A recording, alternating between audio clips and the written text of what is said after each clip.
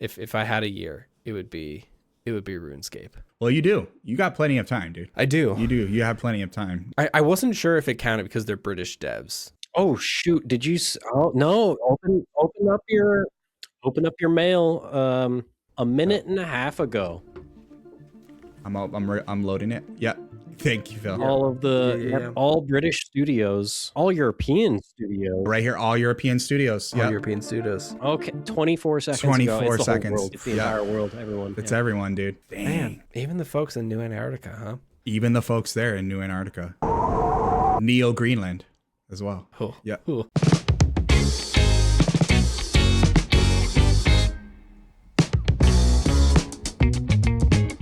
Welcome to the Content Mill, the show where 3 creators from 4 corners of the internet all get together to talk about what we are playing and what we are making. I'm your host, Gianni, and with me today are 2 of my co-hosts.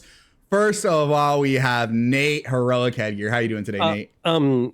It's villainous headgear today, and I don't make them for people. I steal them now. That's right. I forgot you turned a new leaf here recently, and you're more into petty headgear theft. So Thank you. Phil, Mr. 74% complete. How are you doing today? Mm-hmm. I am doing great. I have entered the real world, and it's kind of weird in here, but I'm having a good time. How are you doing? I'm good. Phil, I know you've been on a virtual journey. Lately, kind of discovering things about yourself, discovering things about others. So It's good to see that you're still going strong. I'm glad to have you guys here. Exploring polygons, you know? Yes, absolutely. Unfortunately, our third co-host could not be here today. Eric is not with us. He's on a little bit of a discovery journey himself. I'm sure he'll talk all about that on next week's episode, but he will be back. I promise. But today, we have a very special episode lined up because on today's date, the day of recording, today is March 32nd, 2026, and everyone has heard the news. The games industry is taking a little break. That's right. The news has just come in that we're not going to get any new games for the next 12 months. They said we're taking a clean break. We got some things to focus on. We gotta refresh ourselves. And obviously coming in on the 32nd of the month, it's kind of like a little bit of a shock for everybody. I don't know how you guys felt when you heard the news. Phil, how did you feel when you heard the news, dude? No, I mean, it's been a rough time. Yeah. Like hearing this news, I mean, we've heard a lot about the idiot intelligence lately and how it's kind of been taking over the industry. And, you know, I think I'm of 2 minds, right? Like, I think... Right. I want games. Like I'm like bummed about this industry that I love taking a break. You know, I think that they should be working harder. On the other hand, you know, I guess they could use a break. You know, there's a lot of they work hard. Yeah. They I mean, some of them do, but you know, they work hard. They work hard. Nate, how are you feeling about this whole? This is a shocker. This shocked the timeline this morning. That's where I'll disagree with you. I saw this coming a mile away, actually. Really? Yeah, my first podcast appearance, something like close to 25 years ago, I said that on like, I think it was close to the date or the week that it would be happening now. And you predicted it. I predicted it. Yeah. You did say that. I forgot about that. I knew you could see it. You saw it coming. You could see it the whole way through. You could see it. Yeah. So that actually doesn't shock me. His second eye is closed, but his third eye is open. Always open. It's open.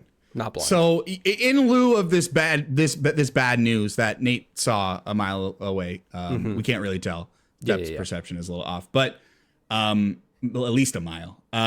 We thought that it would be good since we're going through this tumultuous time in the games industry. Hearing this news, March 32nd, 2026. We thought, what better way than to figure it out? We got to figure it out in real time. So what we're going to do is we're going to kind of sort out our next 12 months. What do we have in the backlog going on that we just really want to get back to? Because there's nothing coming. There's nothing in the pipeline. So we have to figure out what we're going to play over these next 12 months. So we figured what better way to do it than to figure it out in real time today. Fellas, do you think that's a good idea? Yeah, might as well. Yeah, I know we're not happy about it. Yeah. But you know, we got to take care of it now, because otherwise, you know, I'm just going to be doom scrolling for the next 12 months, and no one wants that. No one wants that. I think at least for the next hour, I can take a break from Lord of War, the Mermaid Bathtub, episode 3. Of course. Right. It's honestly the hottest show next to The Pit. It's the hottest show on HBO. Oh yeah. And that one's about hell, right? It is. Yes, it is. Yeah. Actually. Yeah. Okay. It is about hell. It's too bad. Right. So, fellas, we're gonna go through. Let's, you know, as many as it takes. You know, I got a few that I've been thinking about. I've been stewing on here. Games that I want to play. Phil's coming back to the real world right now. I'm locked in, man. I'm here to figure this shit out. I'm stressed. He's here, bro. He's here. So we're gonna go through a few games. Well, I know I got a few that I want to get back to. But Nate, what was it? Villainous headgear, right? Yeah. We'll start with you. Villainous headgear, Nate. We'll start with you. What's the first game on the docket that you're looking to get back to now that we have no games coming up for the next 12 months? So, you know, in these tumultuous times, I like to revert back to my cozy games. My cozy games aren't the idea of cozy games that other people may have and stuff. You know, their Stardews, their new Pokopia, all that's great. But my comfort game is Sea of Thieves, actually. Ooh. That is a game that I love to get lost in and even just play Castaway, send myself to an island, and I live here now. And I can do that for hours on end. So with no games left to play, we're marooned in the gaming environment. I might as well maroon myself and Sea of Thieves. Dude, your desert island game is a desert island game. It's a desert island game. Hell yeah. I love that. Nate, what's your history with Sea of Thieves? Because I know I played a lot of Sea of Thieves like when it on launch, but I never went back for like later seasons. So I don't really have too much in the way of like history outside of that first season of Sea of Thieves. Were you big on Sea of Thieves at launch? So I am a day one installer, and it has never left my hard drive. It is, when I say it's my comfort game, I really mean that. There's only been maybe one like 4 to 6 month stint where I didn't play it. That is a game where every now and then, if I'm like, it's late at night, I got nothing going on, phone is dry as hell, let's just Sea of Thieves. And it doesn't even have to be with the crew. Sometimes it's just by myself. And I've run into some of the most enjoyable gaming experiences just going into that world with zero expectations, zero goals, and just stuff happens. And I enjoy that. Phil, did you play Sea of Thieves? No, I've never installed it, actually. Really? I've watched some Sea of Thieves, but never actually booted it up. I feel like I never really had a crew that I felt like I could hop on a big boat. And part of the chaos of that game is I just want to drive a big boat. And I know that at least one of the chuckleheads that I play that game with does not want to hang out on a big boat, and that would kill me slowly. There is a part of me, though, that talking about like playing Castaway and everything, like this seems like kind of a perfect game that I would load up and just sit on a beach and just let that shit be the soundtrack to the rest of my day. Like, that seems like of your life. Yeah, like a perfect vibes game. Yeah. So, and like not even touch it, just watch it happen. I mean, that would be kind of hard because it is a shared world thing. And I have had times like that where I'm like, I'm going to go into an island on the edge of the map. No one's coming here because why would they? And I don't play in the private servers that much because I enjoy the thought of, hey, I'm out here and I might run into someone and there's a chance, they're going to try and sink me and take everything. Or they're like a chill homie. And I have had some experiences where I go to the edge of the map, go to a random small island, maroon myself for a little bit. I'm half paying attention to the game. And someone pulls up. And they're like, there's no ship. Why are you here? I explain my situation. We become homies. I stow away on a ship, or he just invites me on. And now I'm with some stranger on a little adventure until I maroon myself again. And it's such a unique experience that I don't find in anything else. Yeah, that's gaming right there. That's awesome. Yeah. Yeah, I was gonna say it always gave me the vibe of like it's a perfect game to just like party hop from like place to place to place to place, because not a lot of games are not really promoting that. I know Arc Raiders has kind of had a really hot stint with doing something very similar, where you're kind of just like, well, let me exist in this space and like hopefully run across some cool people. I know the short time that I had with Sea of Thieves, I did get that vibe. I was always playing with my core, my three best friends that we always kind of play games together. But I always did get that vibe where you would just run into other groups, then be like, all right, now our groups are grouping up together, or maybe we're just trying to storm each other's ship. Like Sea of Thieves always had that really fun, like communal vibe about it. And then if you wanted to play solo, to your point, you kind of have that ability. Plus, I love the art. I love the art in Sea of Thieves. That beautiful game. Yeah. Cartoony, rare. Best water out of any game ever to me. Yeah. Yeah, absolutely. Yeah. That's the part I think of. I just want to see those waves and just hang out on a boat. Water. Yep. Plus, the first time I ever seen the Kraken in Sea of Thieves was like, that was a cool experience. I was like, and everyone knew that was happening at the time. Again, my knowledge is so base, like vanilla Sea of Thieves. I'd be curious. I know they've done a lot of like fun little like Return to Monkey Island collaborations. I think they did some like Disney stuff. Super good. Yeah. So there's a whole, like, I think it's 6 missions for Pirates of the Caribbean. And it is a kind of retelling of the movies, but in like a truncated way, and puts you in the story. That's phenomenal. The Return to Monkey Island, it takes a twist on it, and no longer is it, slash your sword and fire your gun. It is put together the mystery, do the detective work, figure out what you need to do to get to the next section, kind of stuff. So good. And all of that's just free. It's just in the game. Oh, they don't even charge for any of like, do they charge for the additional DLCs? No. So everything's cosmetic based. The only money that you can spend, the real money that you can spend, is for cosmetics. Oh, that's awesome. See, I don't even know that. That's awesome. Awesome. Phil, what about you? You got 12 months ahead of you. You got till March 32nd, 2027. What are you playing for these next 12 months, my guy? So I have a category of games here, which I feel like are all of the same flavor. And I've been going back and forth all day on which of these 3 games is the one that I will start with first. If you know me, as I mentioned earlier, I think we can always work a little bit harder. I think that automation, optimization, and just general making stuff, factoryization is the way to go. Which means that I think in the next year I'm gonna get real deep again into Factorio. Factorio. I haven't heard of Factorio. Factorio is a... Oh, you might have mentioned this before. Oh, yeah. This is like a true Phil Sicko game. Factorio, yeah, I know this game. Yep.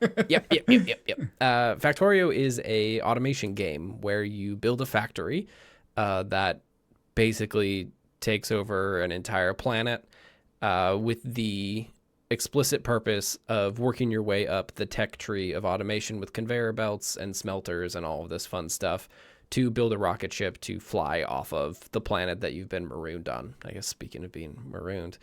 And it is the type of game that gets my brain firing in the optimization path of like, can I make this thing that is taking this raw resource, turning it into another resource, is injecting another raw resource into this to make a third resource? Can I make that factory smaller? Can I make it more efficient? Can I make it run faster? Can I tighten up all of this stuff so that I can pack all of this thing into a little teeny tiny microchip of a factory that is like self-sustaining and spitting stuff out? I've spent probably over 100 hours in this game at this point. It is a game that I am terrified to put on my Steam Deck in case it is Steam Deck verified and ruins my life again. I fucking love Factorio. The other game on this list was Satisfactory, which is the first person version of that, which doesn't hit as hard for me, but I haven't spent as much time in. And then the third one is Plan B Terraform, which is the more recent one of these that's hex based and has like going through the entire life cycle of terraforming a planet, from getting raw resources to managing shipping lanes as you create an atmosphere and create water. But I think Factorio, if I have to have a comfort game that is just for my brain, it's this one. Yeah, I feel like you've mentioned this one before, and these not typically my type of game, but it looks like I'm saying this in the most respectful way possible. It looks like a phone game that you could just sit and play anywhere for hours. Oh yeah. Yeah. And it looks like it would just scratch that kind of itch. Is that kind of what it does? Yes. If you would like to try a simplified, quote unquote simplified version of this game on your phone, Shapes is a game that you can try out. And that is literally, you are harvesting a square and you can cut that square into pieces and you can fuse it with circles that are also cut into pieces, and you'll figure out what you're trying to do here real quick. But yeah, it's a game that I think has only recently hit 1.0 in the past year or so. But I've been playing this game for, it feels like 5 to 7 years. 2020, it looks like it.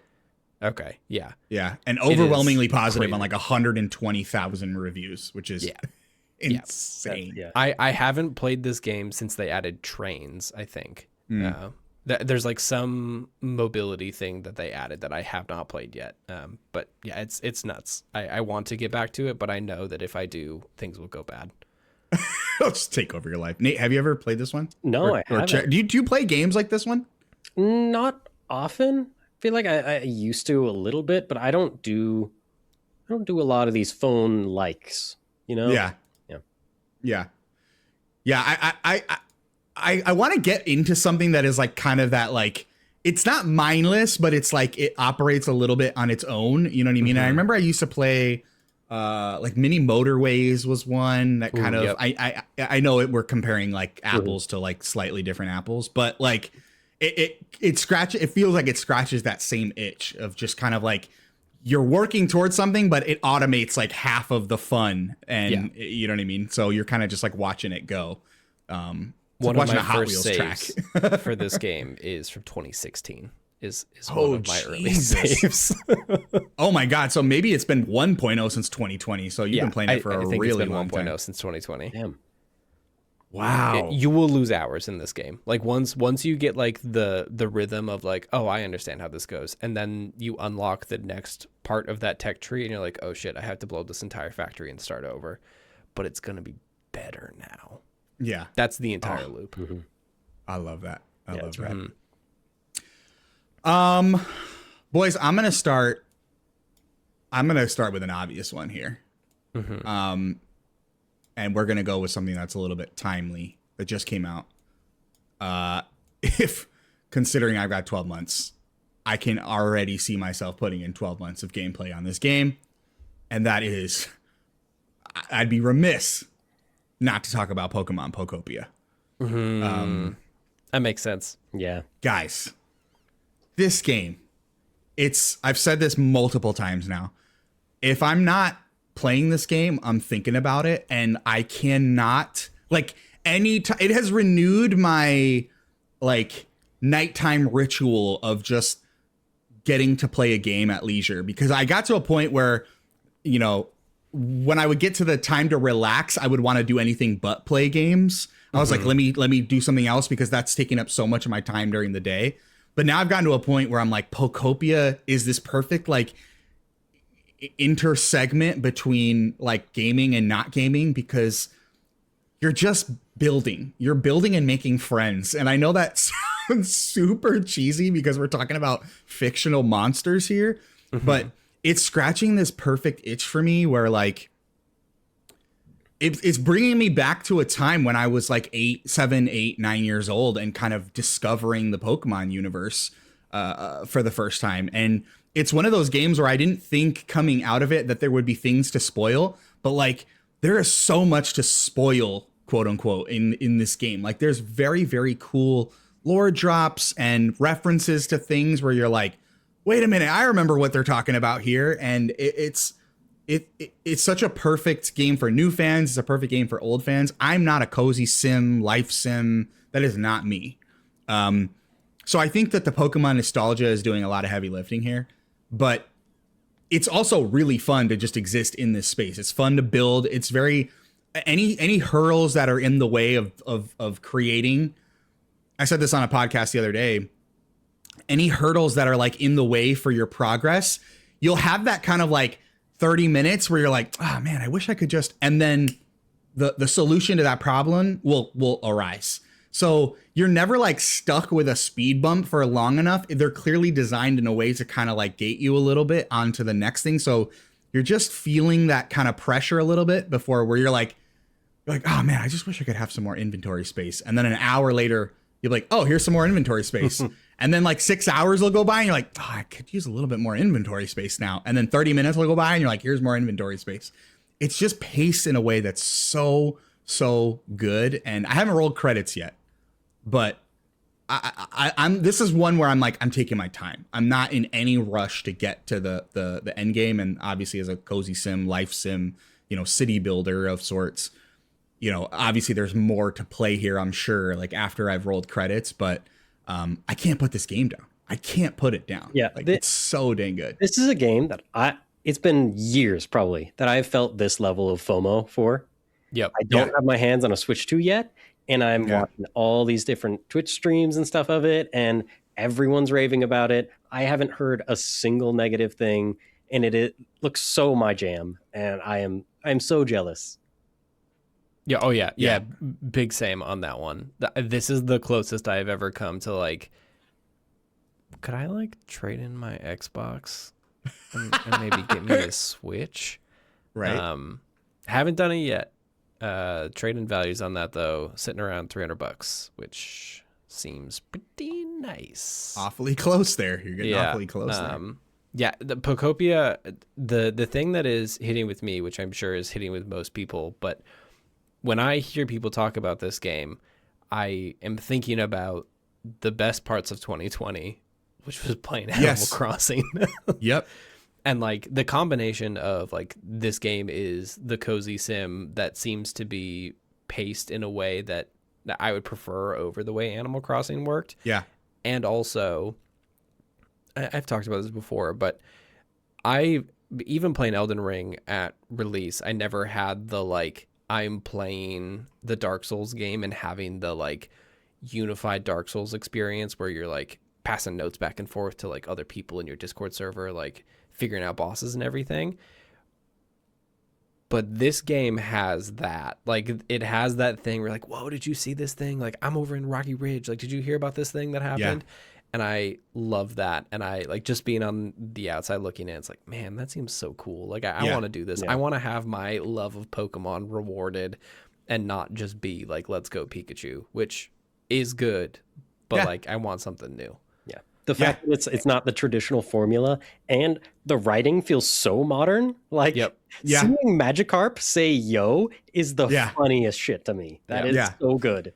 And that's the other cool thing too, is like they and they play with the like, again, I don't want to spoil too much, but they definitely play with like 90% of the Pokemon. Their personalities are, for those that don't know about Pokopia, right? It's a life sim city builder where you play a Ditto who has kind of you're the last, quote unquote, the last Pokemon, and you're trying to bring back Pokemon to this kind of post-apocalyptic landscape that you've come across, right? With the help of Professor Tangrowth, right? Because you play a Ditto, because you play a Pokemon, you are speaking to Pokemon the way you as a human would speak to other humans. So unlike the Pokemon games, you're not just getting Pokemon cries. You hear those, but you're talking to these Pokemon like in actual full language. They all have personalities, and 90% of the time, those personalities match what you would expect those Pokemon to act like. You know, like the Machoke he's the beefhead. Like he has that kind of like brawny. But then you'll get those ones that like totally are the opposite of what you would expect them to act like and sound like and talk like. And it just makes it that much funnier. Like the ones that you would expect to be a little bit on the, you know, I'm sure, how would I say this nicely? There's ones you would expect to not be like fancy and sophisticated. Yep. And they end up being like the most sophisticated, most sophisticated of them all. So they kind of play with that expectation in a really fun and clever way. But the writing out, even outside of talking to other Pokemon, like again, like the lore drops I'm finding in emails and, you know, computers. Phil, I know you love your emails, dude. I sure do, boo. You get that here, dude. Like you come across computer tablets and books and CD players that are playing video. Like it's so neat. And to bring it back around to what we were talking about, like I could see myself playing this through the end of the year. Like easy, no doubt. It's got that much content, and they've already added more content. Like they're going to be constantly adding new Pokemon with new little like timed events. Obviously, I mean, we're not going to see that moving forward because you know, the industry's on shutdown. They had to bank it though, right? Like, yeah, I'm sure they have stuff ready to just go, like when you queue up your social posts, you know. So, unfortunately, you know, we're not going to see any new ones developed. But it's such a cool little concept. It feels different. I know everyone's going to be like, oh, Animal Crossing did it first and did it better. Go play Animal Crossing. I tried. Trust me, I get it. It didn't stick for me. This is doing the thing. This is doing the thing that Animal Crossing did not do. Yeah. And Nate, if you're not beholden to the Pokemon aspect of it, this is the same team that did Dragon Quest Builders. Phil, I'm a very large Pokemon fan. That is not the problem. If you can set it aside, though, and trade in your Ditto for a blue slime instead, Dragon Quest Builders has got you sorted there.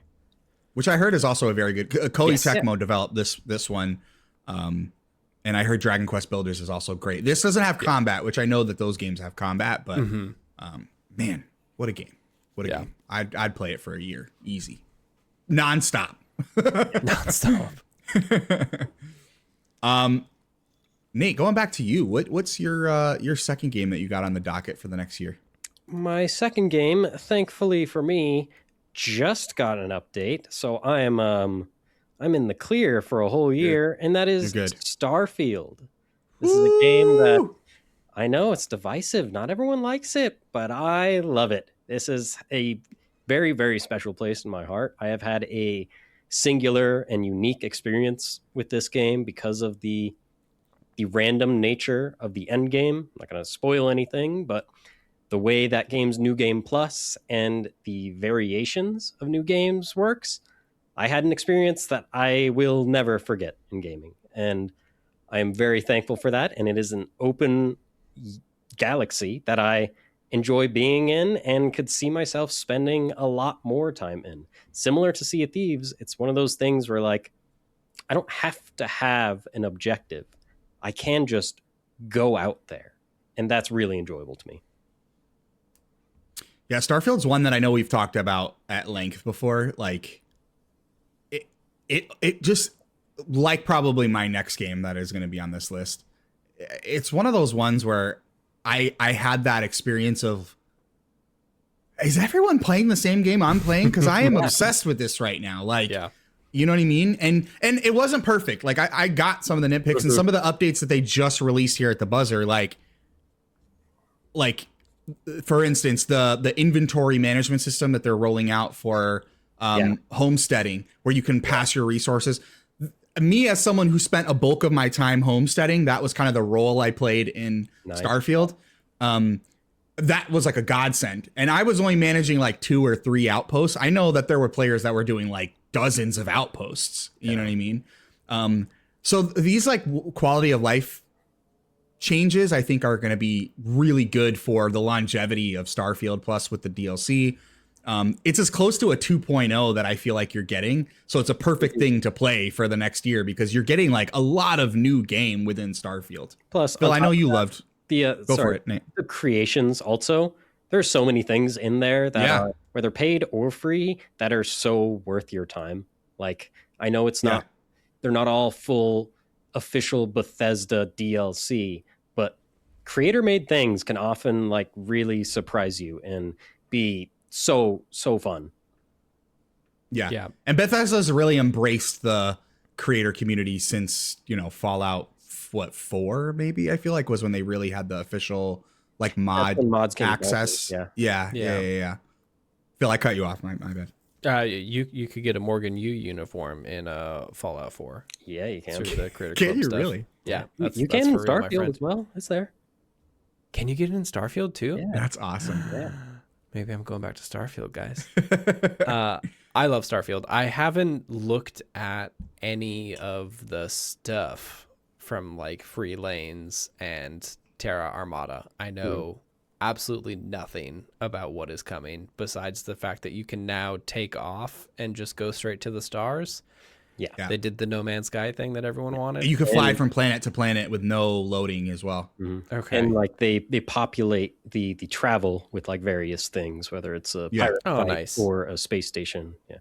Okay. Yeah. They did the a lot of the like in orbit stuff is like you can get up out of your seat now in your ship and just walk around like mid flight. Okay.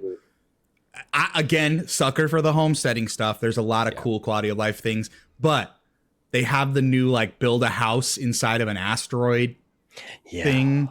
Really cool. Dude, I popped off when I saw that. Yeah, building a moon base is like the thing that I wanted to do in that game. Like that, and I spent so many hours in the shipbuilder just making the coolest looking spaceship. Like I love that shit. Yeah, I would think about going back to Starfield. I'm like on the fence about it when Terra Armada comes out. So spoilers for another game on my list.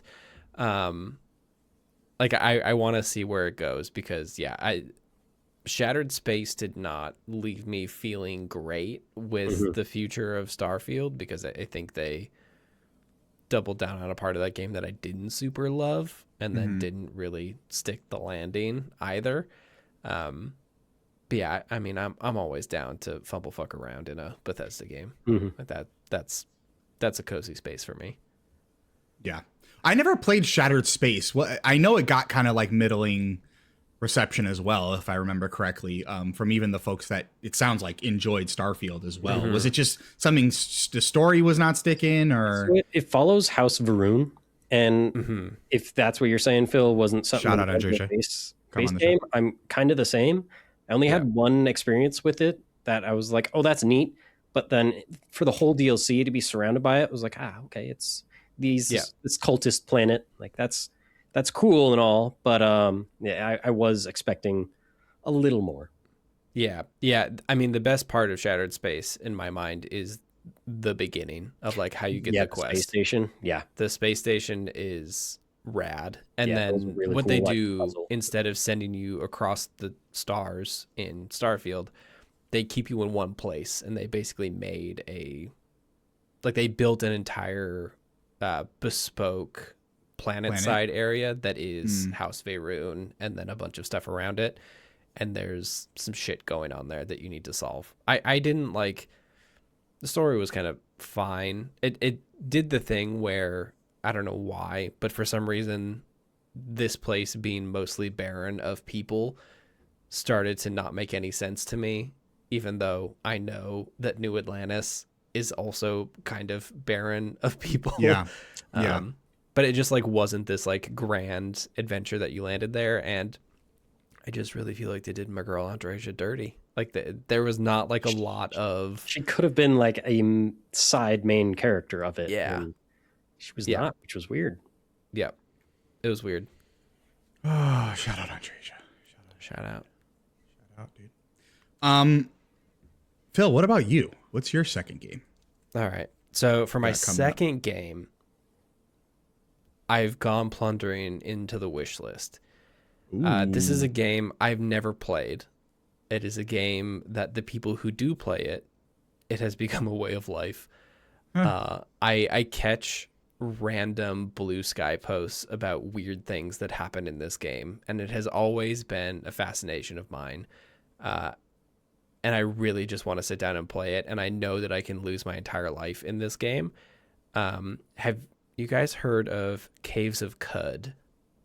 Oh, I have heard of. It's like the longest. Well, isn't it like the longest running or developed RPG of all time or something? Yeah, like after 15 years of development or something, they put it out in 2024. Yes. This is incredibly reductive, and it's because I haven't played the game. It is basically Dwarf Fortress, but instead of building a crazy dwarf fortress, you are building a lineage of heroes.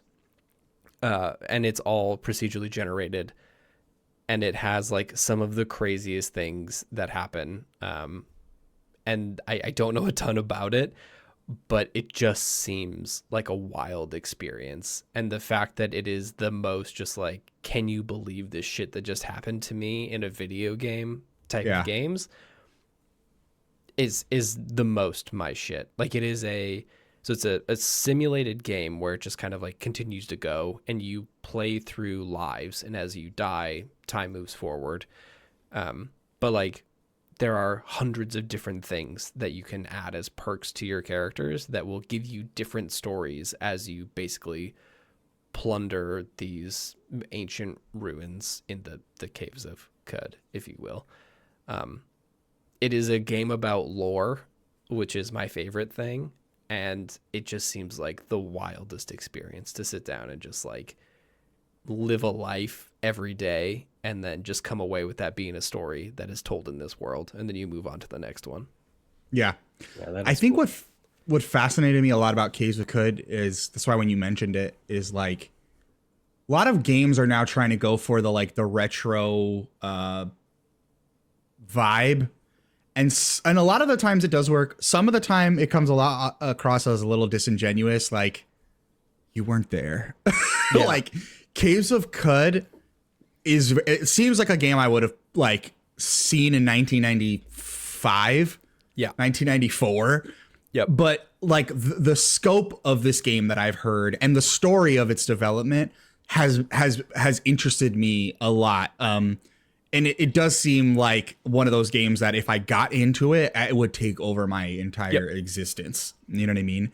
But when I see it, unlike some of those moments where, and I'm not gonna name names, but like it seems like no, they were outside. Like they know what these games are and what they should look like and how they should feel, but also how they should feel now in 2026. You know what I mean?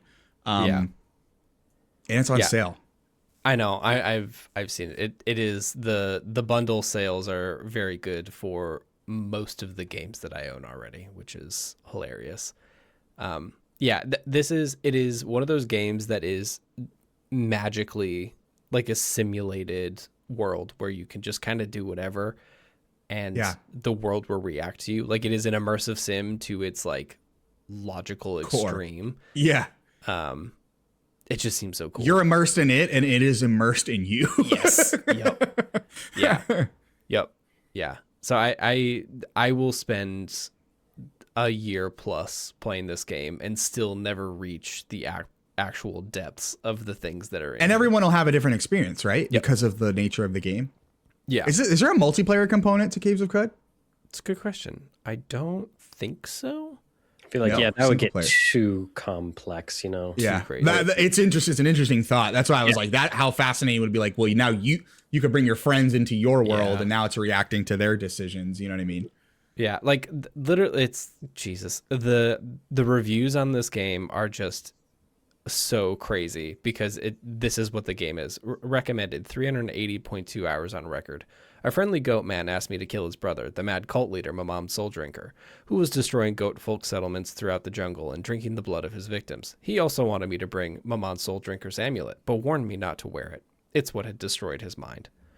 And then there's another 500 words telling the rest of this character's story. And that's one character, like one run through this roguelite. It's nuts. I want it so bad. I might pick it up. You might have actually just convinced me to pick it up, dude. Oh, it's so good. Oh, you might have convinced me to pick it up. Like the average playtime on these when they hit is just absolutely nuts. 99 hours. The font treatment on that title? Yeah. Yeah. Come on now. It's got style. It's good. It's good. Like the Goonies were playing this game, dude. Oh yeah. You know what I mean? Like that's I guess that's what I'm getting at when I say like this seems like something like that really existed in the 80s. Mm-hmm. Yeah. Like well, and with all of the like down to the UI nonsense. font.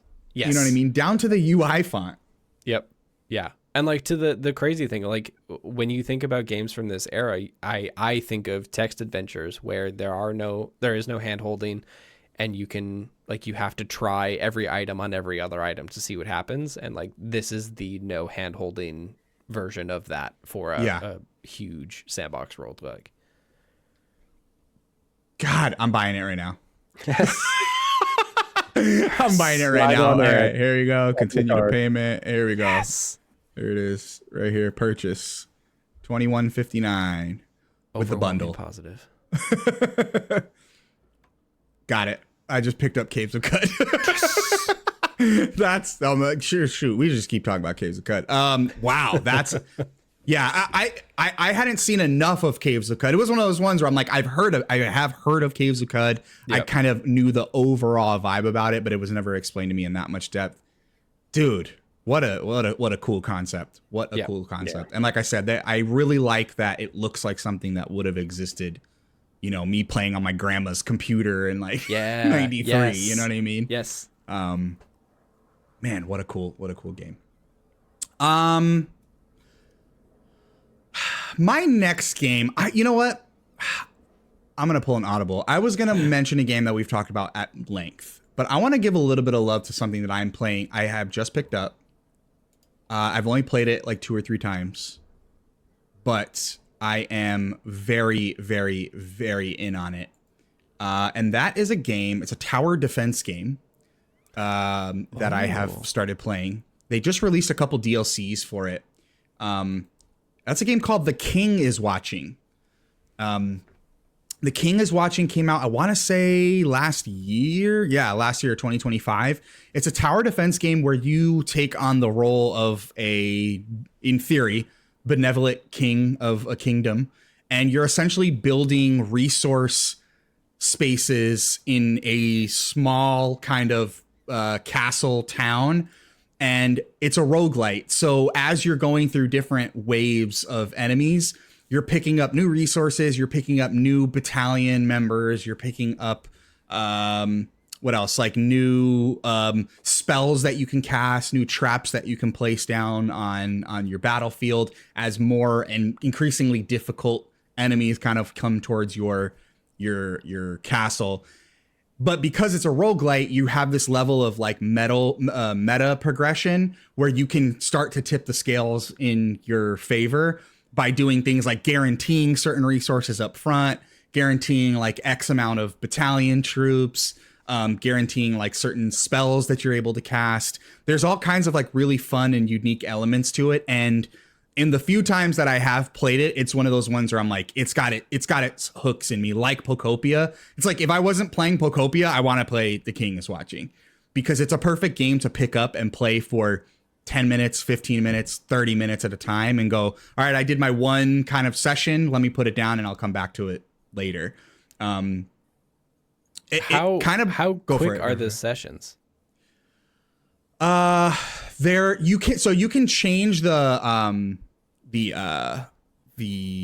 speed of the game, but like depending on how efficient you are, I mean, you can go 5-10 minutes. I think my longest run, I want to say, was like 30 minutes, 45 minutes.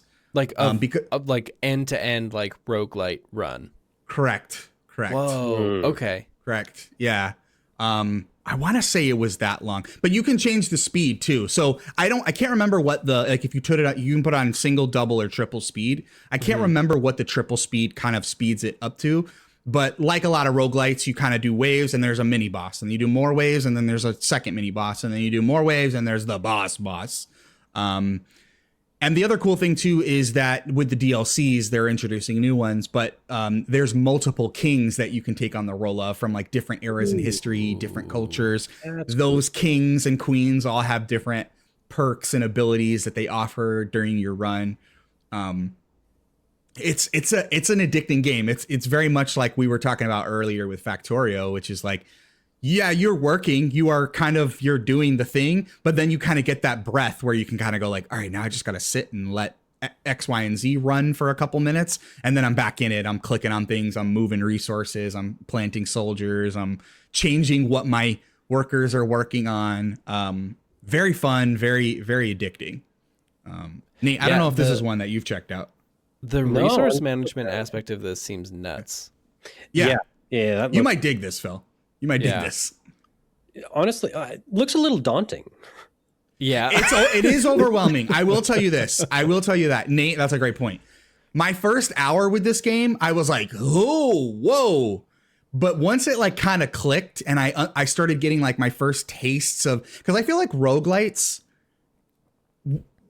you don't really get it until you get that first taste of meta progression. Mm-hmm. Yeah. And then you're like, oh, wait, now it's a little bit easier than it was. And then you get the, like any good roguelite, it becomes easier and easier and easier until then it becomes really hard again. And now you're back to grinding that meta progression. And it's easier and easier and easier. And then you get to a point, hours, 10 hours, 20 hours, 30 hours down the road where the things that were giving you the most headache 20 hours prior are now like the easiest things in the game. That's pretty good. Just breezing through it. But yeah, Nate, it is daunting at first. But once you get the hang of it, it's addicting, man. But this is one that I could see myself just like once a day, once every other day, just like, let me put a couple hours into The King Is Watching and just kind of get that serotonin hit of just watching my little lemmings kind of run out of the castle or whatever. It's a fun time. The runs being like at max 45 minutes to an hour is like that perfect sweet spot, especially for a game that requires this much like thinking and planning and organization. Mm-hmm. Like that's awesome. And like being able to know that, it'll probably be done within 30 minutes, depending on how you're playing. Like getting a good like 6 or 8 runs of this in on a lazy Saturday sounds like an ideal way to play this game. Absolutely. Yeah. And here, even according to the Steam community, 30 minutes to about 90 minutes. Okay. So, I mean, still, like I think I completed one run around 45 to 50. Because I think if I remember correctly, it's like Bolek's Pit. Because again, I've played this like 3 or 4 times. It's like Bolek's Pit where like you get to a point where you can just keep going or you've ended your run. You've completed the run and now it's just bragging rights and extra progression, past the goal of the waves. It is a perfect like Saturday, like let me knock out a couple runs in the morning before I gotta, be a parent and then and then we're good for the day. Yep. Good pick. That was my second, right? So I think we're going to bring it back around to Nate. What is your third pick? I have been weighing this in my head since we started because I can either go the cheating route, that is something that you would hear and roll your eyes at, or the ultra in-depth, hard, difficult as one of the games that's made me more mad than anything, but it's still really enjoyable. And on the easy end, the cheating end, you have Fortnite. Okay. Fair. Okay. That is the every game. There's a little bit of something everywhere in that game, and that could absolutely hold you off for a year. But would you play? Because remember, they're taking a break for a year, right? They're nothing on new. Is the current season of Fortnite something that you would like to play for the next year? Well, a new season just started, so at least for the next 3 months, I could say yes.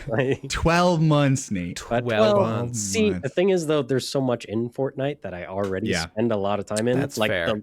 The Lego Odyssey mode is... That is true. It's like it's not just Fortnite Battle Royale anymore. It's everything that's in there. And then they have their tactical, like, CSGO variant that's also in there. Dude, I forgot about that. So there's a lot in Fortnite, which is why I think it's the cheating answer. Or the constantly pull my hair out of my head, but very much enjoy when I play, Escape from Tarkov. because it's got the shooty shoots that I definitely need, but no game has made me more mad. Yeah. So, that makes sense. Tarkov is difficult, right? Like that is not, the barrier to entry on Tarkov is like astronomical. Yeah, from Tarkov is one of the most hardcore games I think I've ever played, and it's fun. And if other people are going to be, stuck in the same place and playing Tarkov 2, and I can get the friends in, a lot better time. Solo, it's not a. You aren't finding those friends here, man. I'm not setting foot in Tarkov, bro. I have escaped from Tarkov already. Phil escaped. It's not a matter of if in a night that I get mad. It's a matter of when. Yeah. How soon? Yeah. With Solo, it is definitely gambling. And is do I stop on a high, or do I keep going, lose everything, and have a bad time? But is that a result of, because this always fascinates me as someone who hated Souls games and then loved Souls games. Is that because it's unfair, or is that because it's just that frustration of losing everything you worked with and you fucked up and, it's the punishing of, I decided I was feeling cocky. I went out with my best gear. I'm feeling confident, and I get picked off by someone with a crazy rifle, and I never even see them, and that's it. Yeah, who plays 23 hours a day. Yeah. That's the part that always gets me, is the losing to the no life. That sucks. Yeah. But then there's other times where, you go in with very, very minimal basic stuff, and then you find someone just not paying attention, and you go, all of your stuff is mine now, and it feels really good. Yeah. It is good to be a bully sometimes, correct. Phil, did you ever play Tarkov? I've never even touched Tarkov. I barely even looked at Tarkov. It scares me so much. I've barely looked at Tarkov also. It is, I guess, I'm sure the Tarkov heads in the audience will hate me for this, but we have a lot of them. The three, probably. It reeks of PUBG to me, which I did spend a lot of time in. Yeah. But it's mostly from the jank perspective. This is not the polished version of this game mode, as we're seeing with Arc Raiders and Marathon and the thing DMZ beforehand. It's so much different. It's Arc Raiders and Tarkov are both extraction shooters. They're not the same game whatsoever. They play very, very, very differently and have a lot of mechanics behind them that function in so vastly different ways that it's you don't play them in the same way at all. Yeah. No, but I think what you're saying is they don't have the same, which doesn't mean anything now, but I get what you're saying. It's like that AAA polish that you would see in a Marathon or because Marathon comes down, you're again, discourse aside, I know it's been a little muddy, but it looks like a AAA Bungie release. Yeah. Whereas a game like a PUBG or a Tarkov, it looks like someone developed it, very well, obviously, but it doesn't have that same level of aesthetic to it that oozes AAA. Yeah, and UX polish. Also. Exactly. They I don't think I could load up Tarkov and trust that Tarkov is going to tell me how to play that game. Yes. Yeah. No, it will not at all. It loads up and you're on your own. And that is it. Tarkov, here you go, dude. Bitch. Yeah. It says that in the menu. It says that. It literally says it does. That. Yeah. No, not for me, but I could see that because it seems like it does have that, you say you get upset, but then you're right back in it. You're all right, well, now I gotta go start from scratch. It's that same feeling of a Souls game or a roguelite or whatever, where you're just all right, it's all over, but now we do it again. And I see that appeal for Tarkov, but it definitely, it's daunting to set, King is watching. Yeah. It's intimidating where I'm oh, I don't know if I'm the same reason when Division came out and everyone's the dark zone, you're gonna it's this cool place where you and I was no thank you, not touching the dark zone. I like my stuff. You know what I mean? That was me too. No, the thing about Tarkov, and I've been thinking about that, my version of Tarkov I think is if I were to want to get into one of these, I'd really want to get into Forever Winter, just aesthetically. Yes. That game looks nuts. But like this falls down in the category of games that just no longer fit my lifestyle. Like I can't play Tarkov or Forever Winter, or like I've even been on the fence by getting Marathon, because you and me both, dude. I will play that game 2 hours on a Wednesday night, and then that's it. Like I'm not gonna I don't have time to hop into those games at other times. So it just feels like they've just kind of passed me by because like my lifestyle no longer fits them. Yeah. But I sure as hell do want to get deep in on one of these. Yeah. I feel the draw. Same. I miss, off mic, we were talking about Destiny, and it's like, I miss that weekly viewing, Yep. we talk about TV, like weekly viewing, like, and that was Destiny for me, where it was like every night or every other night at minimum, we're all jumping in. We don't have to text each other. Hey, we're just in lobby there at 10 p.m. ready to play. I feel the FOMO of the marathon, of Arc Raiders, of all these games that are just popping off right now. It seems like extraction shooters are kind of like the current wave. I know they've been around for a really long time, but I feel the same way, Phil. Like I'm totally with you on that one. We're like, but my lifestyle just doesn't work that way. Like it doesn't work that way. Like the highs are so high, but to get there, the time sink is kind of crazy. Yep. Yeah. Yeah. Exactly. And honestly, like more power to it's same thing when we would play Destiny, and it's like I knew I was lucky that I'd be raid ready at the time when I'm single, no kids, and I'm like, cool, I'm raid ready, I'm ready to go because this is all I do, and now it just doesn't work like that, Yep. Which I love my kids more than Destiny, just to be clear, but there's a part of my brain that's like a little bit. Man, what would it be like to play a little raid? What's like an alternative world, where you could get in there and raid? That's true. I wish there was like an alternate timeline of sorts that I could just bounce between. Anyway, good pick, Nate. Really good pick. Love that one. Phil, what's your third one? All right. Well, speaking of games that don't fit my lifestyle, That's gonna be mine too.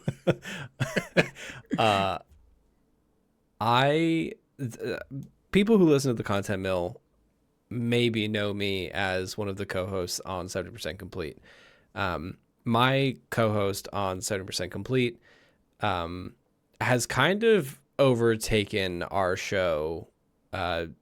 Happily, I give him this because it is fascinating to me. But we have spent hours, tens of hours in recording him talk about my third game, that if I had an entire year to just get completely stuck in on, I would probably play this game. And that is called Old School RuneScape. I think God, guys, that's so you, Phil. It's time for me to get into an MMO. Old School RuneScape is... I don't even know how to explain this game. It is an MMO. But it is a forked version of Old School RuneScape, of RuneScape 2, RS2, which is an MMO that came out in like around the mid 2000s. They released an update called RuneScape 3, which is new RuneScape. The player base rebelled. They hated it so much that there is now RuneScape 3, and there is Old School RuneScape, which is a forked version of like classic RuneScape from 2007 or whatever. They spun it up in like 2015, and it has been like simultaneously developed alongside RuneScape 3, building on its world and its lore, and it is separate. It is a completely separate thing. It's a 2007 ass video game. It has the like cheeky British humor that I love. It has insane world lore. It has the optimization stuff of like, how can I level up my rune crafting skill with 3 clicks less? It has an entire economic system that you can play like the stock market. Like the game is so incredibly deep that I could not participate in the player versus player stuff and still have way too much content to fill within a year. And I know that back to like my lifestyle, I do not have a lifestyle where I can like get deep in on an MMO. But if I had a year of nothing else to play, which you I do, sure as shit would try to do this. Yeah. I don't know. I'm not gonna lie. I don't know much about old school RuneScape other than how it looks. Yep. And knowing that it is like an MMO designed to look like an old MMO. Yep. But I know the people that rock with it hard. Oh yeah. Like it is they know life, this game, like in the best way, you know? Yeah. They like just added a bunch of stuff to it in the past couple months. Like they finally added a new skill, which is like a wild thing. It's like the first new skill that they have added in this game since 2015. It has like all of the bullshit that I love about video games.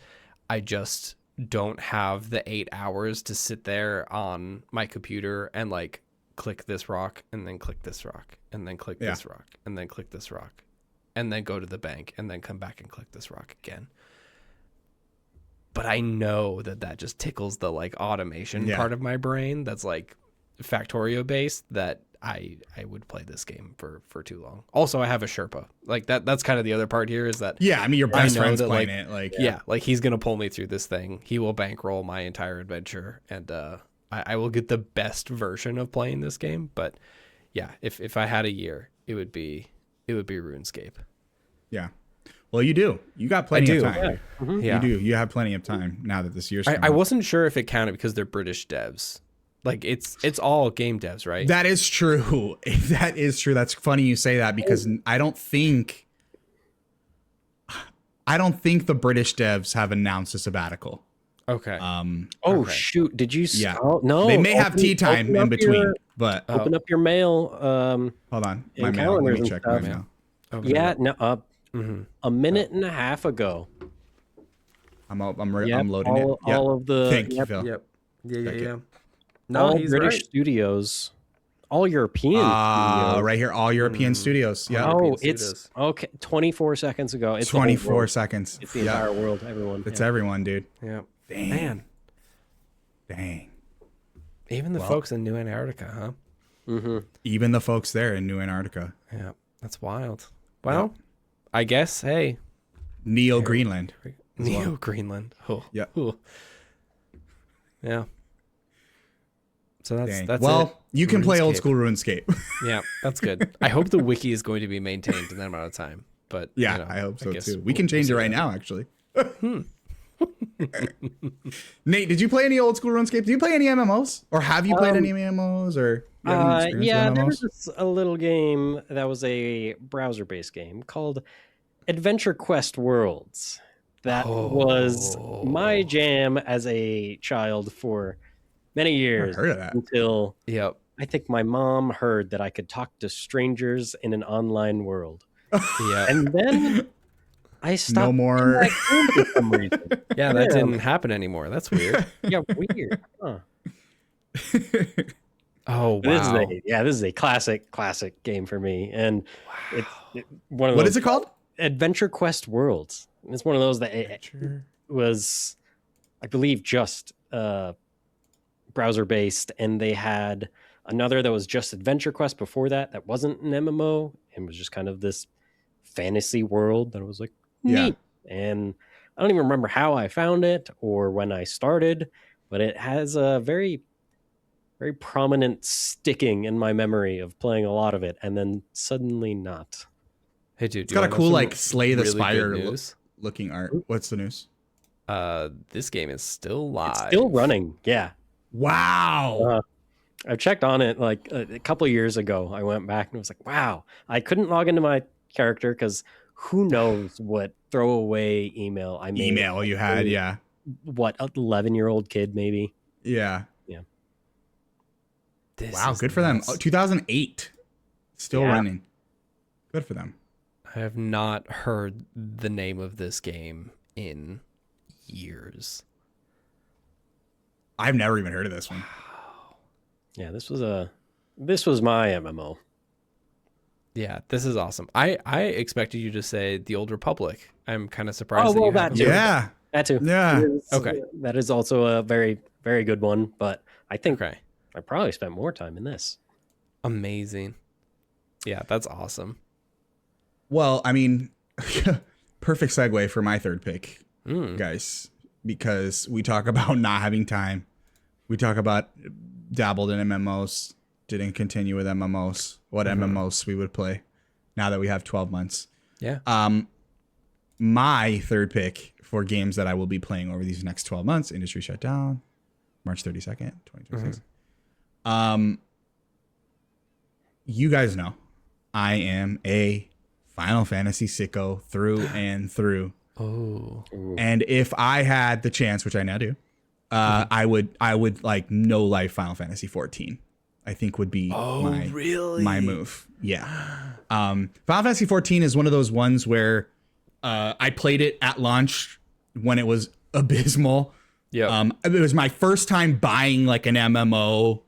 I think I played it for like 2 hours collectively. And I was just like, I had no one to play with. I didn't understand MMOs, even though I would like watch my dad play World of Warcraft a lot. And then I was there for Realm Reborn or whatever, like when they kind of like reduxed it, picked it up on the PlayStation 4. So I'm playing it on console, which is already kind of like a difficult experience because I didn't have a PC.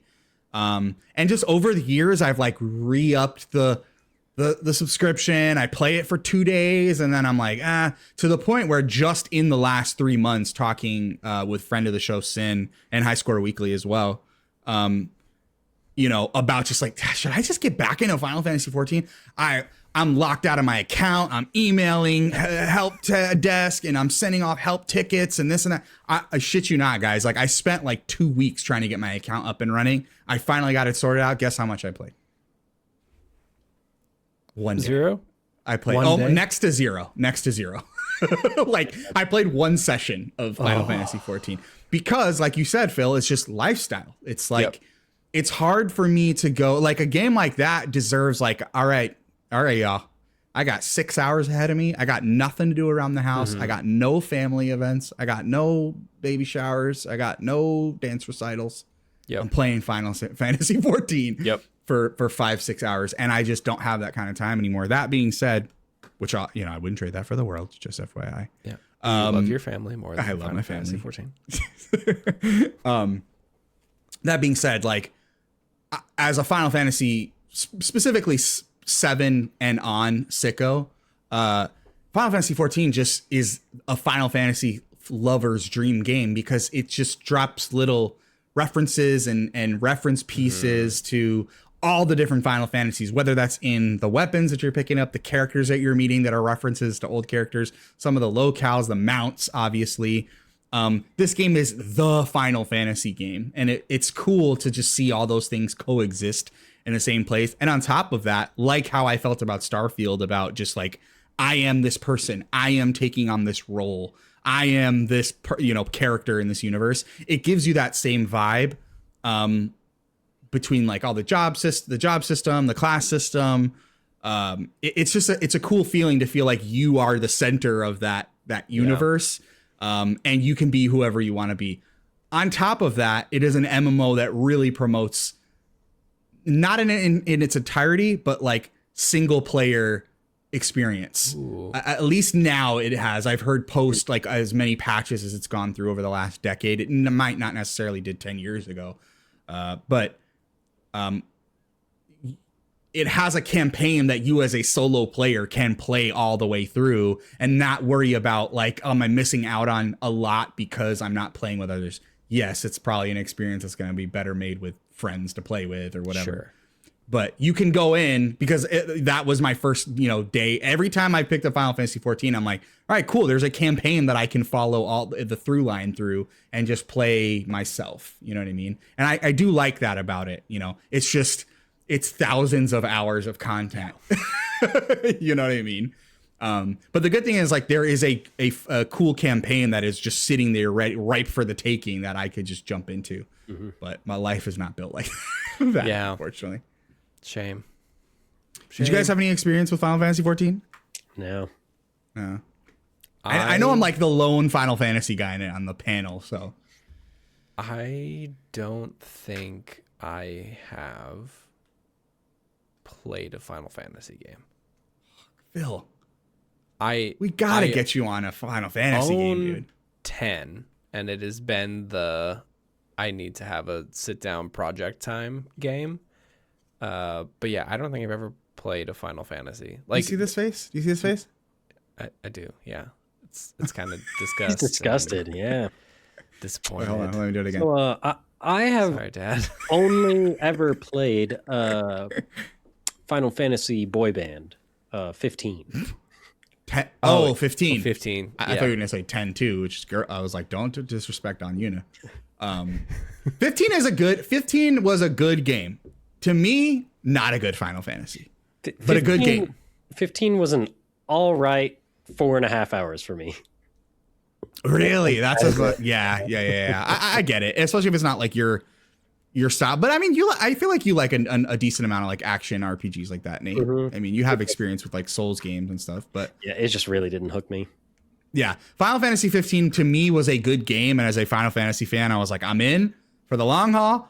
But when I rolled credits, I was like, okay, cool, all right, like good game, but it didn't give me that gushy Final Fantasy feeling that I was looking for from like a brand new Final Fantasy. Even 16, as dark as 16 was, like I still got that Final Fantasy vibe from it. It was a little bit more mature, but yeah, 15. I don't blame you for falling off of 15 at all. Yeah, that's the only one. Yeah, no, I hear you. Guys, we have a little bit of time for like a quick round. Are you guys down to go roundabout one more time, real quick? Sure. You guys down? Off, yeah. Nate, go for it. Well, oh, shoot, you say one more, but then I bounce between a couple different things, and that's rough. So there's this really cool new game with a fantastic aesthetic that I've been really enjoying called Highguard, and that's the next. Yeah. Oh, dude. wait. Oh no, yes. they're okay. So dude, good news, bad news on Highguard. I'm so bummed for you right now because they are taking the sabbatical, which is a bummer. Like they've been cooking so hard on that game for the month and a half it's been out, and like they earned it. Like they made a killer game. It sold like 3 million copies. They're like one of the only games out there that didn't have any layoffs right when it came. Like it's fucking crushing. Crazy. It. So killing it, dude. You know, honestly, it's got legs. Yeah, I think you're gonna really like it. Yeah, I think you're really gonna like it. I mean, you could probably spend a whole year playing that game. If only, right? Real talk. At one point, before it shut down, I was one of 200 people playing. Oof.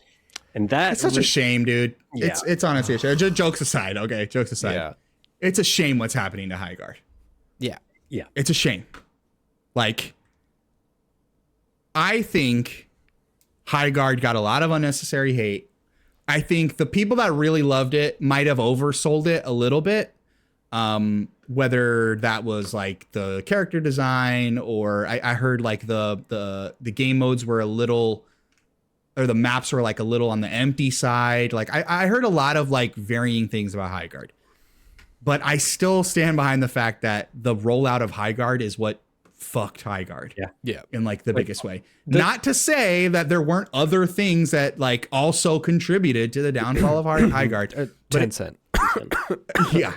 But it sucks the position that studio is in, because I feel like if that game was a ghost drop, it would have performed better. I'm not saying that it would have lasted longer than the 3 weeks or a month and a half that it lasted, but like, especially in this day and age. But it's a shame, like all that work gone for nothing. It's the same thing that happened for Concord. I think Concord was not perfect. I think it was overly criticized. I played Concord for a day. I was part of the problem, but I enjoyed the time I had with Concord. Like, I'm not going to sit here and sugarcoat it. Like, did I love it? No. But did I dislike it? Not at all. I was kind of like, cool, I'm like down to pick this up tomorrow. I didn't get around to playing Highguard, but I feel like I would have felt the exact same way. And Nate, I know you enjoyed it. Yeah. I mean, it was the thing where it was ex-Respawn devs. It played like an Apex or a Titanfall. It was a new, unique world. It were all these things that were grabbing me. And then at the end of the day, it was just like, okay, but you need the modes there to back it up. It had the one type of game mode with 2 different team sizes, and that was it. And I feel like that was its biggest downfall. They really leaned too hard on, this is a raid shooter. It's like, yes, that's really cool. There needs to be a bit more to actually retain the people that don't super vibe with the raid. Yeah. More depth. That and I think that's the thing that like games like that can kind of like paint themselves in a corner, is when they base the crux of the whole game around, here's this one singular way to play the game. That's great for the people that love to play that mode.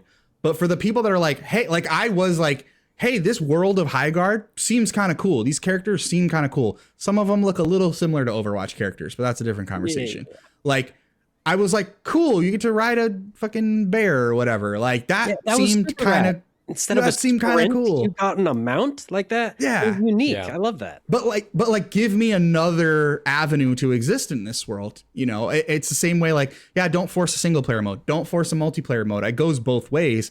But at the same time, it's like, well, if you make your game multiplayer only, the people that don't play multiplayer games are not going to play your game. Like, it's that simple. It's that simple. Unless they have enough FOMO. It's same thing with single player. Like, if you make a single player only game, the people that only play competitive multiplayer, they're not going to play your game. Like, it is what it is. You have to kind of be prepared for that. But when you even double down that further for a game like Highguard, where we're like, here's a competitive multiplayer game, and we're giving you this one thing, and then they rolled out the 5v5, I think, within the first week or something. So they were pivoting fast, but I feel like it was painted in a corner from the very get-go. Yeah. It was doomed to fail from the get-go. Yeah. Really sucks. RIP. Well, unfortunately, you will not be playing that for the next 12 months. Yeah. Anyways, my real pick is Helldivers 2. Yeah. Oh, that's a good one. Yeah, good pick, dude. Yeah, no, I like that one. That's a really good game. I play almost weekly anyway. So like, yeah, we'll keep doing that. I started playing. We pivoted to playing Helldivers 2 again as the Wednesday night game with the boys. And you didn't tell me? No, Phil. I didn't. The Wednesday night boys is sacred. We got to get that. We all have our Wednesday night boys. We got our Wednesday night boys. Everyone's got their Wednesday night boys. But in reality, none of us have played a game together yet, which is wild to me. all 4 of us have never been in the same lobby. We have never been in the same game lobby. Peak. Oh, well, peak. Yes, I wasn't absolutely. Yeah, you weren't there for that. I wasn't there. Yeah. Again, that was a Wednesday. The Wednesday night boys are sacred. The Wednesday night boys are sacred, dude. I get it. I was about to call you heroic headgear. Nate, Helldivers, still releasing war bonds like very regularly and new updates to the game. Like as of recording yesterday. Like, yep. Yeah. And in game events and updates. And it's so community focused still. Like people in the community are having a direct effect on the game because of like memes that have spun up, and then that's so the developers get a hold of, and that's so cool. One of these, I have Helldivers. I own it on PlayStation and Xbox, and it's just one of those ones where I'm like, I keep trying to get into it. But again, one of those ones where I'm like, I know the time sink. I feel so behind on all the battle passes and like, but I know they last forever, right? Yeah, they never just attack them whenever you want. And if you want to drop $10 to get one, like eventually you'll earn enough to then buy another, and like you don't have to have everything. Like oftentimes I'll run into teammates that like during a match, they'll call down something I don't have and just mark it and be like, here, take it. Like people are very, very welcoming and stuff in the community too, to new players. Yeah. One of these days. It's a killer video game. It's so good. What is your next game? Okay. So I didn't, this is a little out of left field. I didn't bring the VR helmet only as a fun prop. Well, I mean, you use it, right? To check regularly. Your emails. Yeah. To check your emails, right. I would actually, I know that it's a shit headset, and listen, there are better headsets, I understand. The PSVR 1, if you're a listener, it's this hunk of plastic here that I had to take off of my head, not because it's uncomfortable, because the lining on the inside is coming off and I'm covered in black flakes. Yeah. From all of the wearing I do to check my emails. Right. Vigorously. It is the only way that I've been able to play several hours of Skyrim. Yes. And I think, Really? yeah. Wow. I have Skyrim is probably the video game that I own on the most platforms. Yes. It is also the video game that I own multiple times that I have played less than 6 hours collectively. I just died a little bit inside. Yeah. What? I've never played Skyrim. I have got through the character creator, the dragon attack, and then made it to Whiterun. Is that the closest major town? Yeah. Yes. Yeah. So I made it to Whiterun. That's as far as I've gone. Wow. Every single time. And one of those runs to Whiterun is in VR because it's like No Man's Sky with how well done the VR is. I'm also one of those beautiful unicorn people who doesn't get motion sick in VR somehow. So I am playing No Man's Sky. I am playing Skyrim in full motion. Like I am like moving the sticks and looking at my head, like everything. It's like working for me on a fantastic level. But I just like, it's a fucking chore to put this thing together, to put it up. Like I would rather just like get a quest and play it that way or something. But I know that if I sat down and gave it the time of day, I would have a blasty blast in Skyrim. But I just have never been able to sit down and do it because there's always something better that is vibing for me more. But maybe now that I got a year, it's time. You have plenty of time now. This is what I don't understand, Phil. Skyrim's been out for like 9,000 years. Yeah. How you've never found a window to sit down with Skyrim ever? No. That's crazy to me. Wow. I do wonder. I do wonder though, like, so geez, man, I'm like blown away. I thought of all people to have played Skyrim. Like, wow. Skyrim was the first game I ever remember like calling out of work and like skipping class for. I like didn't show up to work. I called out of work for like 2 days, 3 days. I didn't go to class for 2 or 3 days. When Skyrim came out, like Oblivion before it, was like a transformative experience for me in the sense there's those tentpole games that I just remember like going, wow, games can be this. Like that's crazy to me. Skyrim was another one of those games where it changed how I viewed the medium, not in a storytelling sense, because it's Bethesda. It's not bad, but it's not life altering.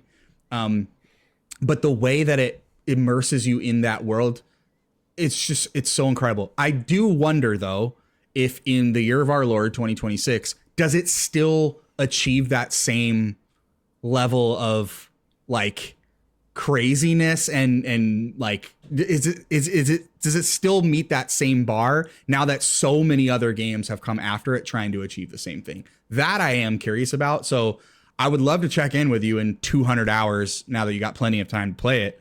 And I wonder if you feel the same way about it that I know I did, and I'm sure Nate did the first time like we played that game. I am curious. Yeah, so Phil, I've played more Skyrim than you in the past month than you have, period.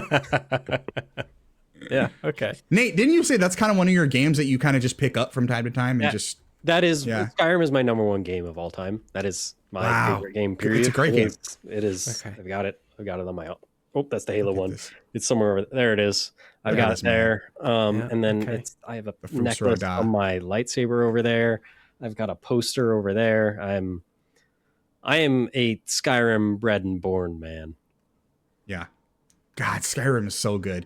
And good for you that you can play it in VR the way that you can. I'm so jealous of that. I'm jealous of you, dude. Yeah. I get like 30 minutes in and I'm like, okay, and helmet off. No more emails. I'm done. No, like jumping on planets in No Man's Sky and like hopping into the thing. It's like a whole entire... I haven't done it in a long time, so I don't know if I would just like hurl everywhere if I did it now. But yeah, like walking around in Skyrim is pretty good. And also like I said, this headset is kind of shitty. So the Skyrim textures don't feel quite as bad when you're living through that bad headset. But yeah, I've always wanted to, like, right now I have my windows open. There's a nice cool breeze pulling in from the outside air, and like it's always the winter time when I think about like, is it time to like bust out the headset and just vibe out in Skyrim for a little bit? Yeah. And it just never has been. Oh God, what a game. It's a perfect winter game, like cold season game. Like, I know obviously it's Skyrim, so it fits the theme and the tone of the game, but like it also it brings me back to that time. It just reminds me of like the fall winter seasons, you know. Oh God, what a damn game. I had to have put like over 150 hours, which is probably pale in comparison to whatever Nate's put into that game. I'm sure. That would probably make me throw up, is looking at my total time across all systems. I would be a little disgusted with myself. Yeah, that's fair. That's fair. Well, Phil, again, 2 rounds in a row. Perfect cue up for what I was going to mention, but since we had extra time, I'm going to mention it now. And that is going to be the game I know we've talked about at length on this podcast. It's the #1 game to get us the most dislikes every time we post about it on YouTube. And that is Avowed. Avowed. I love Avowed so much. Every time I'm at like I'm at an ends of like, oh, I got nothing that I really want to invest in right now. There's nothing that's like calling my name. I go, what if I just started another playthrough of Avowed, man? It's just, what if, man? Yeah. What if? It's just one of those games, dude, where it's just, my first playthrough, I sunk about 65, 70 hours into it. And especially now, Phil, after watching your video, and I remember the first time I engaged with your content was over a video you made about like literature in Avowed. And me, as someone who's pretty thorough when I'm not streaming, don't pay attention when I'm streaming. I'm not thorough at all. But when I'm not streaming, I am the like nook and cranny, read every piece of lore, every piece of literature in those kinds of games. I remember just seeing your content around Avowed and going like, man, I still feel like I miss so much context in this game. And especially a game like Avowed that lets you play it in many different ways, depending on the choices you make and what characters you piss off and what characters you make friends with. It's some of the most engaging first-person melee combat I've ever experienced, if not the best. Better than Skyrim. I'll say it right here. It's more crunchy to me than Skyrim. It's crunchier combat. Nate's making a face. He's having a trouble that I'm saying this because he wants to agree. He can't in his heart. He can't agree. Everywhere, okay? Yeah. Got it. It's such crunchy, satisfying when you pull off those critical hits on a little dude, man. Like it's just, it's such a good feeling. First game that made me like run like a mage class. You know, I'm over here with the wand and the gun, and I'm a wizard with a shotgun. Like it was just, it was such a cool feeling. I'm like, I don't even play games this way. I'm usually sword and board. The storytelling is so good. The companions, as annoying as they are at the camp, they are very fun to interact with, like their storylines. Like I said, every time I'm like at odds with what do I invest time in next, the first thing I go is like, what if I just said, forget everything else? I'm playing another campaign of Avowed. So good. Yeah. Shout out Yatsley. Becoming the most ultimate mage possible, and you helping her through that. That's the storylines are so good. It's so good. They're so good. Have you guys gone back since 2.0? I haven't. So that's the thing is, okay. I have not checked out anything. So it's kind of a good reason for me to go back now because I have not gone since the first patch. So there's a lot of like quality of life. I know they've added new skills. They've added new items.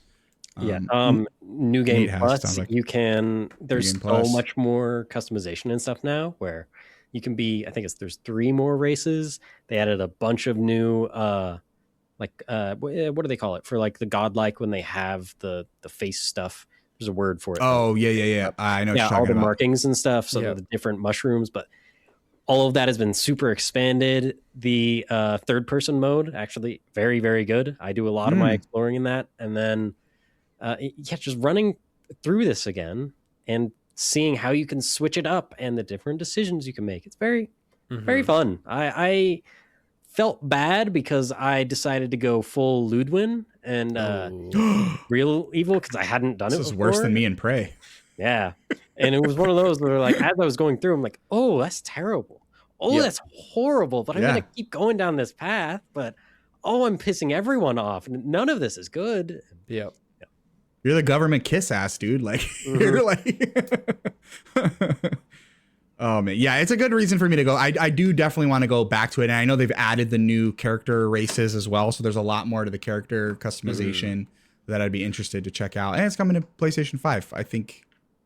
Soon. Oh, no, it's already out. Did it already? I know Starfield. Yeah, I'm confusing it with Starfield because Starfield is also coming to PlayStation. April 7th or something. Yeah. I'm not sure. Play Avowed. It's very good. Avowed. It's very good. Go ahead and dislike this short when it inevitably goes up. I just don't like good video games. I just don't like good video games. Good video games that make you use your brain. Sorry. Yeah.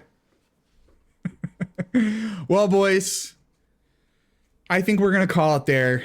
It was fun chatting about what we're going to play over these next 12 months while the games industry is on hiatus. It's been a tough day learning about this news. March 32nd. Oh, my God. Are you covering your third eye now, Nate? Yeah. I've seen too much. Oh, my Lord. He's seen too much. He's seen the light. He's seen too much.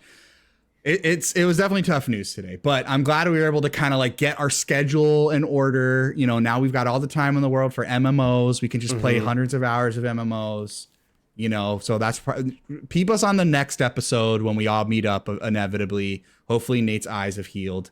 You know, I'm sure we'll have thousands upon thousands of hours in all these games that we're talking about. But if you have a chance to play these games, play these games. They're all really, really good. They're all really, really good. I'm going to be playing some Caves of Cud. I'm sure I will have updates for that one. But other than that, guys, it has been awesome hanging out with you today, March 32nd, 2026. I appreciate you guys all hanging with me today. Before we get out of here, you know, I like to ask, where can the people find you? What are you up to? Starting with Nate Villainous Headgear. You can find me. I'll probably change it back because someone will have swayed me and I'll have another change of heart. So it is Heroic Headgear everywhere. That's true. We're still doing all the games on Twitch for helmet giveaways and stuff. I believe I'll probably have picked the next one by now, but because of recording, I don't know what it is currently. And you might see soon some if he holds himself to his word, some co-op games with me and G. Yes, you will be seeing that. Going into a little bit of a Halo playthrough of Halo Infinite. That's right. That is right. Very exciting. Very exciting. Nate, thank you so much for joining today. Phil, Mr. 70% complete. You can 74%. Find me 73%. 74. Yeah, thank you. You can find me at youtube.com/at. You haven't changed the URL yet. Yeah. I haven't changed it yet. The other 30.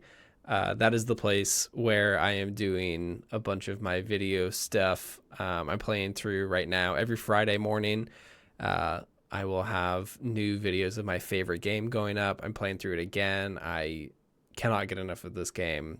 Come hang out and watch me play through Atomic Heart. Atomic Heart. Everyone knows that's your favorite game, dude. Yeah. You have nothing but good things to say about it. Nothing but good things to say about that game. Exactly. And if you don't know by now, my name is Gianni. You can find me on YouTube. You can find me on Twitch. You can find me on TikTok, Instagram, Threads, Blue Sky, Instagram, anywhere you're at, I'm there as well. Right now, I am probably in Tokyo, Japan. So I'm doing nothing on Twitch right now when this is dropping. But when I return, I will be probably playing twitch.tv/Gianni DeCrosso. You can find me. I will probably be playing. I'm kind of going back and forth between what I'm going to be playing because I'm either going to continue my Souls journey with Dark Souls 3 or I may be checking out Nier Automata, or I could be checking out Grand Blue Fantasy Relink. I'm kind of going back and forth between a few, but I'm always streaming action RPG games. Everyone perked up when I said Nier Automata. So maybe... Is that new? Did we know that was an option? No, this is just as of this morning's stream. We're going back and forth between a few things. Steam, man, as a newly reborn PC gamer, let me tell you. It's dangerous out there, man. There's a lot of cheap games, dude. It's dangerous. Yeah. I check Steam every day. I'm like, ooh, $14? Ooh, $13? Ooh, $12? Yeah. Dangerous. It's dangerous. So check me out. Also, make sure you join the Corner of the Internet Discord. That's where we post all of our upcoming content. That's where we post all of our streams. That's where we post all of our upcoming episodes. So make sure you go hang out with us. Where, Phil? At coti.pika.page. That's COTI.PIKA.PAGE. Cody.pika.page. Come hang in the Discord. It's a really fun time. We have a corner of the internet for you. So come hang out with us. Otherwise, I got to get out of here. Gentlemen, it has been an honor and a privilege. I shall see y'all on the next one. Peace.